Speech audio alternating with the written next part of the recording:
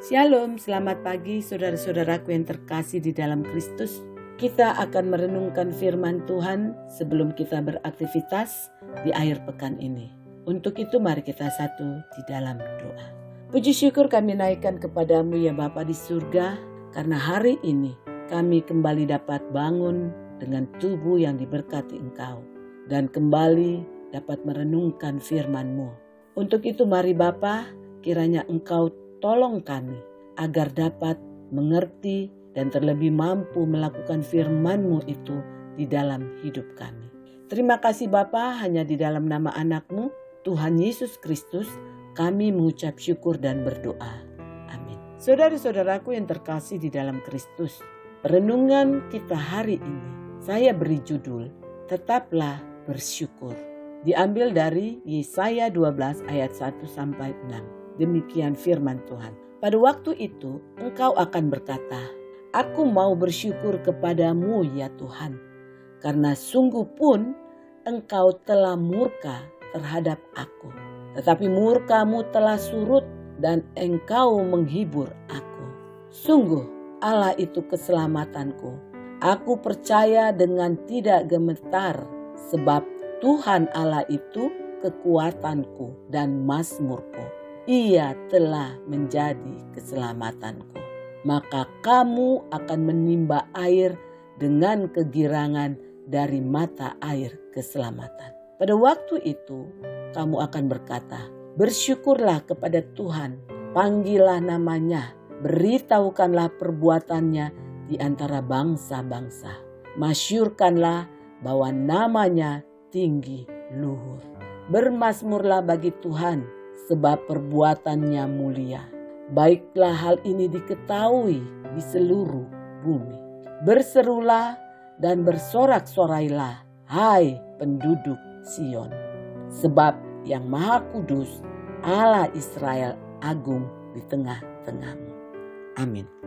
Saudara-saudaraku yang terkasih di dalam Kristus, kita sudah memasuki bulan terakhir di tahun 2024. Dan sebentar lagi kita akan memasuki tahun baru 2025. Dan biasanya di akhir tahun kita seringkali melakukan refleksi atas hidup kita selama sepanjang tahun. Apa yang telah atau yang belum berhasil serta apa yang perlu ditingkatkan. 11 bulan sudah kita jalani.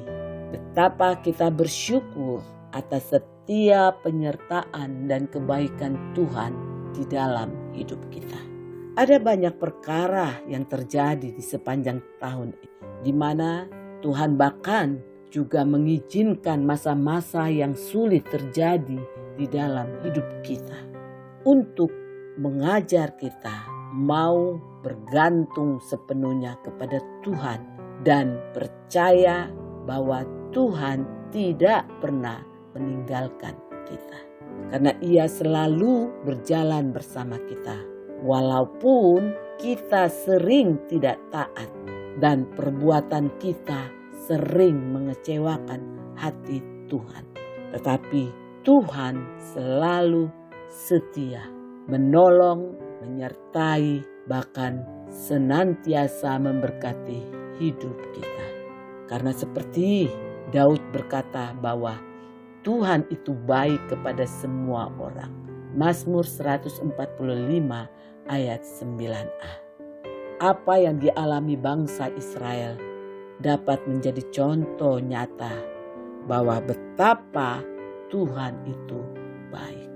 Nah, saudara-saudaraku yang terkasih di dalam Kristus, pada abad ke-17, Martin Ringkat yang melayani sebagai seorang rohaniwan di Saksoni, Jerman, selama lebih dari 30 tahun semasa perang dan wabah merebak. Dalam 1 tahun, ia memakamkan lebih dari 4.000 orang, termasuk istrinya sendiri. Dan kadangkala makanan pun sangat sulit didapat sehingga keluarganya harus menahan lapar. Namun meski ia dapat memilih berputus asa di dalam kondisi seperti itu, imannya kepada Allah tetaplah kuat. Bahkan ia selalu mengucap syukur. Ia mencurahkan rasa syukurnya ke dalam sebuah lagu yang berjudul Sekarang Beri Syukur, Kidung Jemaat nomor 287. Yang kemudian lagu ini menjadi himne yang sangat terkenal dan disukai banyak orang. Rinkat sangat meneladani Nabi Yesaya yang memerintahkan umat Allah untuk bersyukur setiap saat, termasuk ketika mereka telah mengecewakan Dia atau ketika musuh menindas mereka. Namun pada saat itu pula mereka dituntut harus memasyurkan nama Allah, memberitahukan perbuatannya di antara bangsa-bangsa. Inilah konsep mengucap syukur yang diajarkan Nabi Yesaya dalam bacaan kita hari ini. Saat di dalam keadaan terhukum, terbuang, menjadi tawanan dan budak, tentu akan sulit atau hampir mustahil bagi orang untuk dapat bersyukur kepada Tuhan. Namun tidak bagi Yesaya, karena ia tahu kehendak Tuhan. Ia mengenal Allah yang dia sembah. Dia percaya sekalipun Tuhan itu murka kepada umatnya dan memberi hukuman, namun sesungguhnya Tuhan itu sedang memberkati Israel dengan cara mendidik mereka dan memberi keselamatan.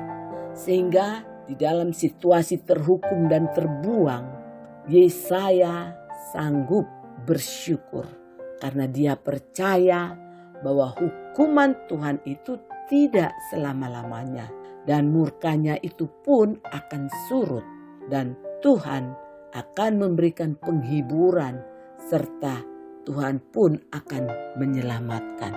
Nah, ungkapan syukur kepada Tuhan tidak berhenti di bibir dan hatinya saja, melainkan ditunjukkannya dalam sikap hidup dan senantiasa bersekutu kepadanya dan mewartakan perbuatan yang ajaib demi kemuliaan namanya. Nah, saudara-saudaraku, kita mungkin dapat bersyukur dengan mudah dalam masa-masa kelimpahan seperti pada hari raya atau bersyukur saat hati gembira seperti seorang anak yang naik kelas atau berulang tahun, atau juga seperti seseorang yang mendapatkan kenaikan pangkat atau mendapatkan hadiah, mendapatkan rumah baru.